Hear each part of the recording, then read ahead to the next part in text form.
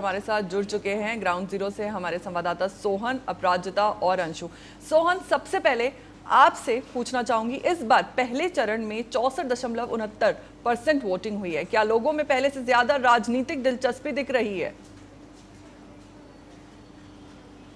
फौजिया, इस वोटिंग प्रतिशत के आप कई मायनों को निकाल सकते हैं। 64.69% वोटिंग होने का मतलब अपने आप में ये है कि मतदाता जो है बड़ी संख्या में घरों से बाहर निकले हैं, उन्होंने अपने मताधिकार का इस्तेमाल किया है। अब इसके पीछे वजहें क्या हैं, उनको तलाशना भी बेहद ज़रूरी हो जाता है। आखिर कैसे इस बार जो है वो बम्पर वोटिंग हुई है। इससे पहले आपको याद होगा साल 2000 में जो वोटिंग प्रतिशत था पूरे बिहार का, वो 61% के करीब था।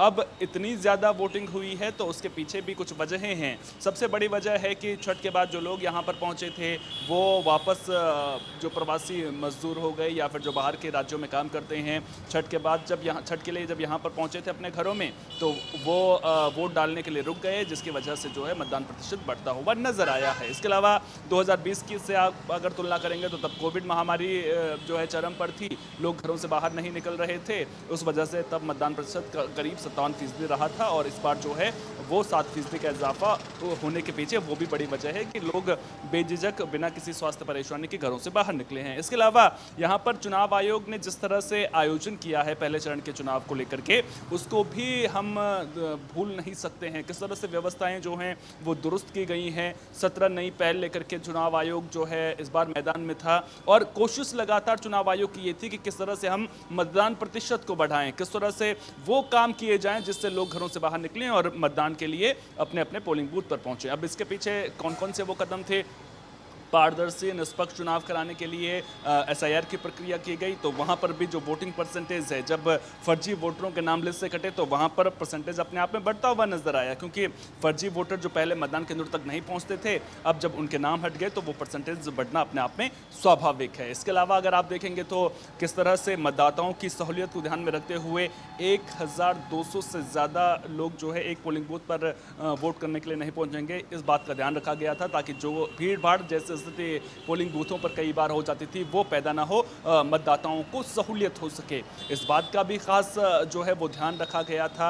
और आपने देखा होगा कि अक्सर हम पहले के चुनावों में क्या देखते थे, पोलिंग बूथों पर बड़ी संख्या में मतदाता पहले के बड़ी संख्या में मतदाता पोलिंग बूथों पर पहुंचते थे और उसके बाद क्या होता था, लाइनें लंबी लंबी देखने को मिलती थी। लेकिन अभी क्या हुआ, 1200 तक जब संख्या सीमित कर दी गई, पोलिंग बूथ बढ़ाए गए, तो उसका फ़ायदा जो है सीधे तौर पर जनता को हुआ। इसके अलावा आदर्श पोलिंग बूथ बनाए गए थे, महिलाओं को लेकर के जो इंतजाम थे, महिलाएं मतदान केंद्रों पर पहुंचे, polling booth, pink polling booth वहाँ पर बनाए गए थे। तो तमाम तरह के जो इंतजाम थे उसकी वजह से जो वोटिंग प्रतिशत है वो बढ़ता हुआ यहाँ पर नजर आया है। और अब सबसे बड़ी जिम्मेदारी बिहार के मतदाताओं पर यह है कि अगर पिछले सारे रिकॉर्ड्स को तोड़ना है तो दूसरे चरण में भी बम्पर वोटिंग होना बेहद जरूरी है और जनता ही जो है इस रिकॉर्ड को इस बार बिहार में बना सकती है। कुल मिलाकर इंतजामात जिस तरह से थे, सुरक्षा को लेकर के भी आप देख लीजिए, वो एक बड़ा फैक्टर यहाँ पर साबित होता हुआ नजर आया है। और साथ ही साथ में जिस तरह से महिलाओं ने बड़ी संख्या में वोट डालने के लिए घरों से बाहर निकले हैं, उसका जो फायदा है वो चुनाव प्रतिशत में जरूर देखने को मिला है, माफ कीजिएगा वोटिंग प्रतिशत में जरूर देखने को मिला है।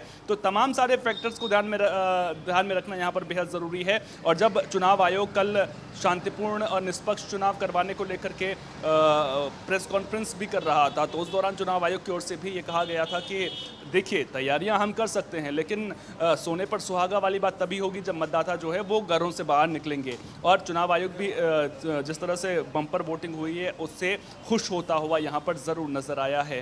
आपको ये भी बता दूं कि 6 देशों के 20 से ज़्यादा प्रतिनिधि भी इन चुनावों पर अपनी नज़र बनाए हुए थे, वो भी तारीफ करते हुए इंतजामातों की नज़र आए हैं। हालांकि कई जगहों पर वोट कटने के बाद जो है कुछ युवा हों या फिर दूसरे लोग हों वो मायूस भी नजर आए हैं, तो एसआईआर प्रक्रिया को लेकर थोड़े बहुत सवाल जरूर उठे हैं। लेकिन कुल मिलाकर देखा जाए तो जिस तरह के इंतजामात रहे हैं, जिस तरह से लोगों ने भी अपनी भागीदारी दर्ज कराई है, वो काबिल तारीफ।